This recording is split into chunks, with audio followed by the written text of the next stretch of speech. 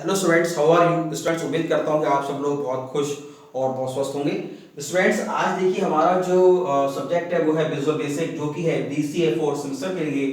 और जो हमारा मोस्ट इंपोर्टेंट टॉपिक है वो है हमारा प्रोसीजर्स इन विजुअल बेसिक। प्रोसीजर्स क्या होते हैं विजुअल बेसिक में, आज स्टूडेंट हमें पढ़ना है। इससे पहले की क्लास में स्टूडेंट जो है हमने फंक्शंस पढ़े थे कि भाई फंक्शंस क्या होते हैं, कैसे बनाए जाते हैं, और उसको है हमने जो है प्रोग्राम के थ्रू हमने उसको समझने की कोशिश हमने की थी।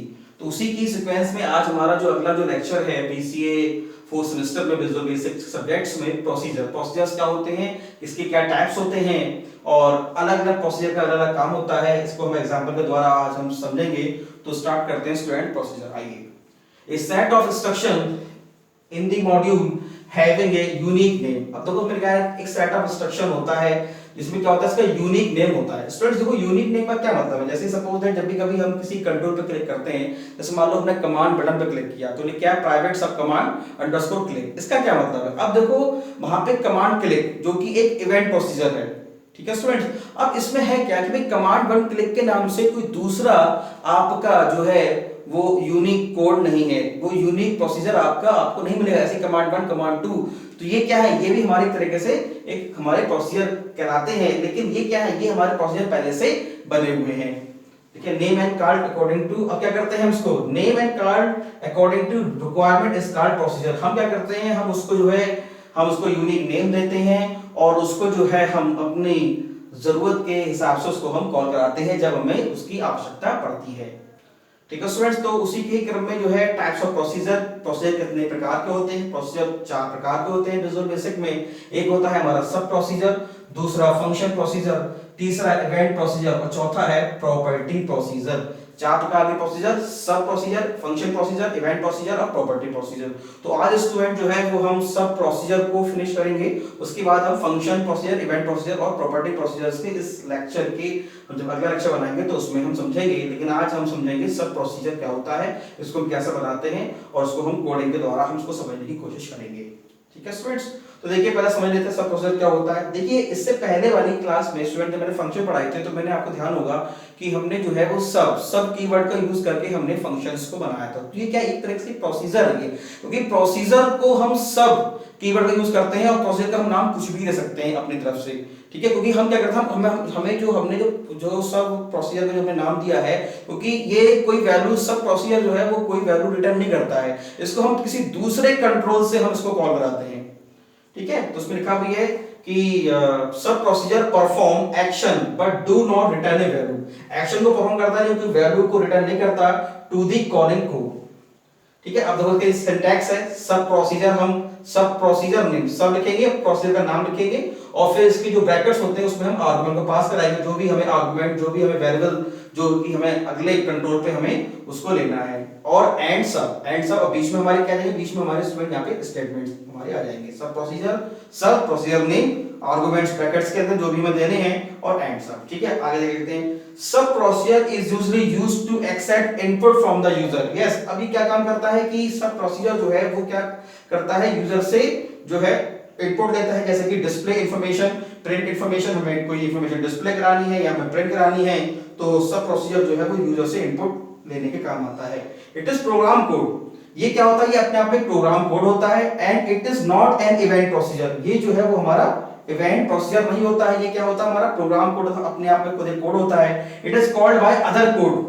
ये दूसरे कोड के द्वारा कॉल करा जाता है whenever it is required to perform a certain task. जब हमें सर्टेन टास्क, किसी स्पेसिफिक टास्क पर जब हमें आवश्यकता पड़ती है तब हम सब प्रोसीजर को हम कॉल कराते हैं।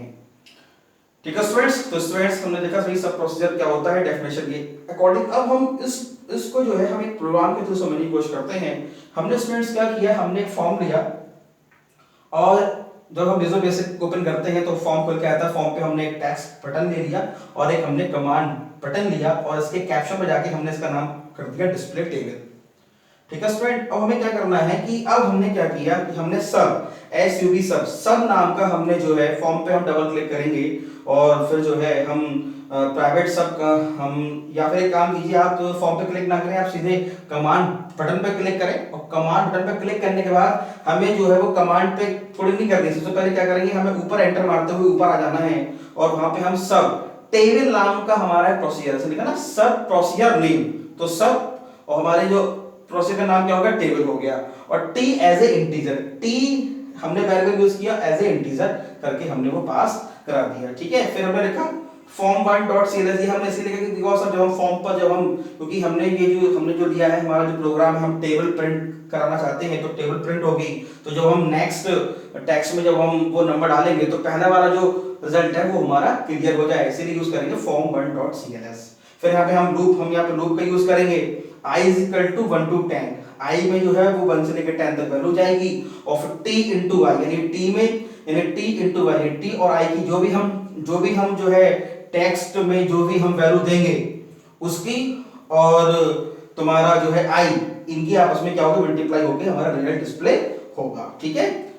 t into y प्रिंट क्या होगा, t into y मल्टीप्लाई हो गया। नेक्स्ट और एंड सब, ठीक है। नेक्स्ट हमने जो है यहाँ बंद किया और एंड सब, फोर को हमने नेक्स्ट बंद करते हैं, फोर को नेक्स्ट बंद कर दिया और एंड सब, ठीक है।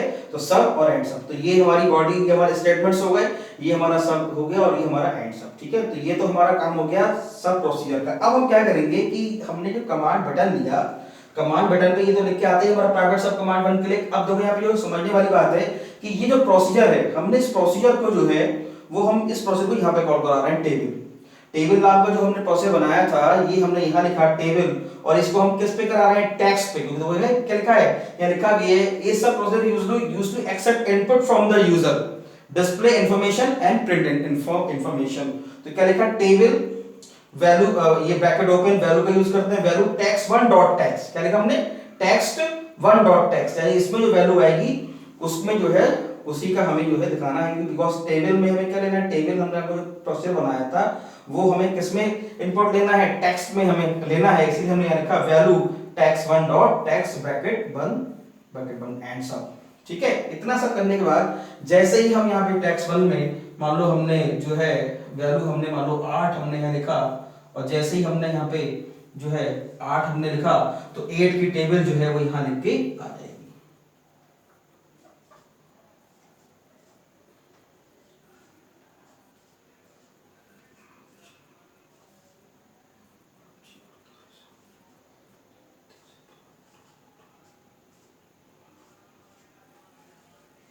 ठीक है स्टूडेंट्स, तो इस तरीके से टेबल हमारी डिस्प्ले हो जाएगी। 8 के टेबल हम दोबारा चाहते हैं, दोबारा हम जो है इसमें डालेंगे तो ये हमारा हट जाएगा, हमका form1.cls, ठीक है। तो हमारी जो है अगला प्रिंटर। तो स्टूडेंट अब देखो हमने क्या किया, सब यानी सब नाम का हमने प्रोसीजर बनाया, सब हमने यूज किया, और टेबल नाम का हमने यहाँ प्रोसीजर बनाया, और हमने जो है वो उसको जो है क्या नाम है, कमांड बटन पे हमने जो है उसको हमने कॉल कराया table value text one dot text, ठीक है स्टूडेंट। तो ये प्रोसीजर होता है हमारा।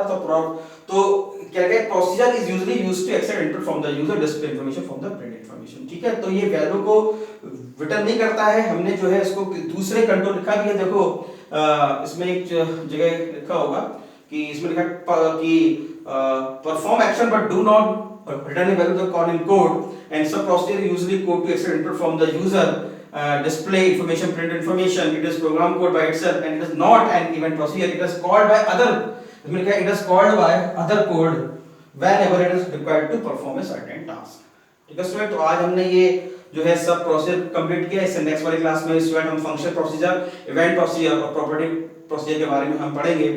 मुझे स्टूडेंट्स उम्मीद है आपको ये समझ में आया हो। स्टूडेंट आप इसको नोट करें, जब भी स्टूडेंट्स मैं हर क्लास में बोलता हूँ जब भी कभी आप जो है इसको नोट करें तो नोट करते समय मोबाइल की ब्राइटनेस को बढ़ाएं, मोबाइल का व्यू लैंडस्केप करें, और अपनी जो YouTube पर मोबाइल की वीडियो क्वालिटी है उसको बेस्ट सेलेक्ट करें, ताकि जो भी आपको मैंने बोर्ड पे लिखा है वो आप ठीक से उसको देख सकें, उसको लिख सकें और टाइम पर अपना जो है सिलेबस कंप्लीट कर सकें। Thank you very much.